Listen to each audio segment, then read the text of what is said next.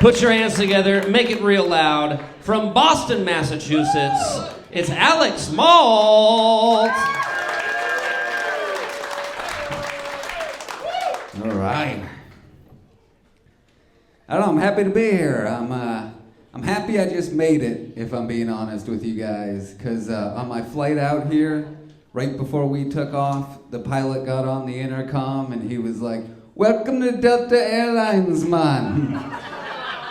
Don't worry, everything gonna be airy." And I was just like, oh great, this is how I die. Because listen, in my mind, Jamaican, way too laid back an accent to be flying a plane full of people. You know, like in my mind, there's nothing about a Jamaican accent that says, I'm definitely gonna remember to put the landing gear down. Just to be clear, it's an accent thing, not a race thing. Yeah, I was worried about it too. But then I thought about it, and I would have been just as worried if the pilot got on the intercom and he was like, "Top of the morning to you, laddies."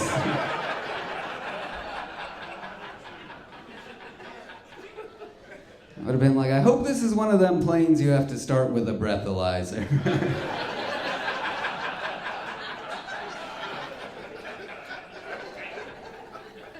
Turns out I'm an accentist. I don't know, right? Because there's just some accents that don't fit the job, you know? Like you'd hate it if you went to Disneyland and the person taking tickets for the Disneyland Railroad was like, "Welcome to the most wonderful place in the world. Show me your papers, please."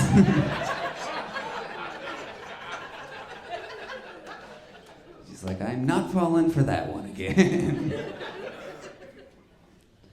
I'm happy to be here. I'm looking forward to being home though, because my wife and I just bought our first house. Thank you. So if you're wondering how funny I am funny enough to have a wife that can afford a house.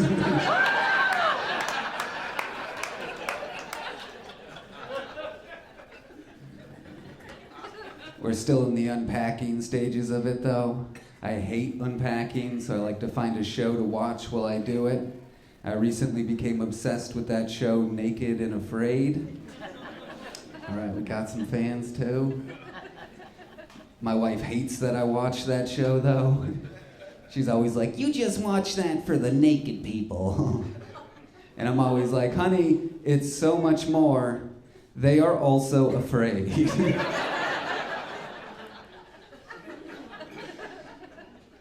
I don't know, I feel like all she'd have to do to not be angry at me for it, though, is sit down and watch an episode with me, because it turns out most of the people on Naked and Afraid are not the kind of people you want to see naked.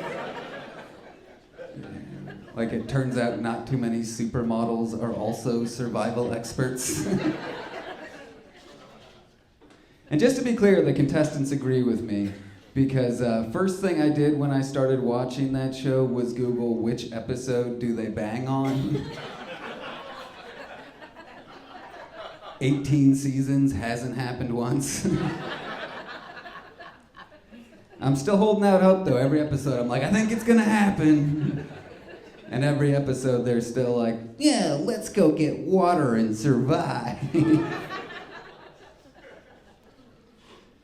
I don't know. If I'm being honest though, it's not about the nudity, especially because I watch it on Disney Plus and they do this interesting thing where they don't blur the butts, they only blur the bits. So it's created this real fun little subplot for me I like to call What's Beneath the Blur. Right? Because like sometimes you'll see a guy from behind, no butt blur. Little blur dangling out between his legs. And you're just like, good for Steve. Just him and a hog out there in the Mojave building a lean-to. You know, sometimes though there'll be a plot twist and you'll see a woman from behind, same thing. No butt blur. little blur dangling out between the legs. And you're just like, them some dangly lips, Jess. I guess watch out for thorns. I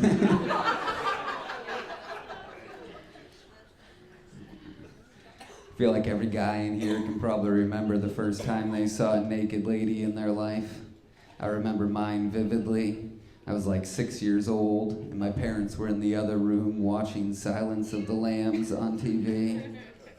I snuck in, thought what I saw was a naked lady dancing around all seductively. Some of you are ahead of me right now. Thought I was real cool, told all my friends about it. And then like a decade later, I actually saw Silence of the Lambs and realized that my first naked lady was in fact a male serial killer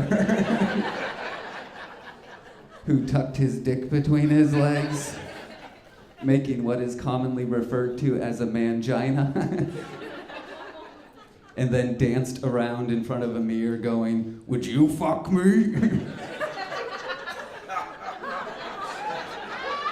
"'Cause I'd fuck me." Sometimes I think back on that moment and go, you know what?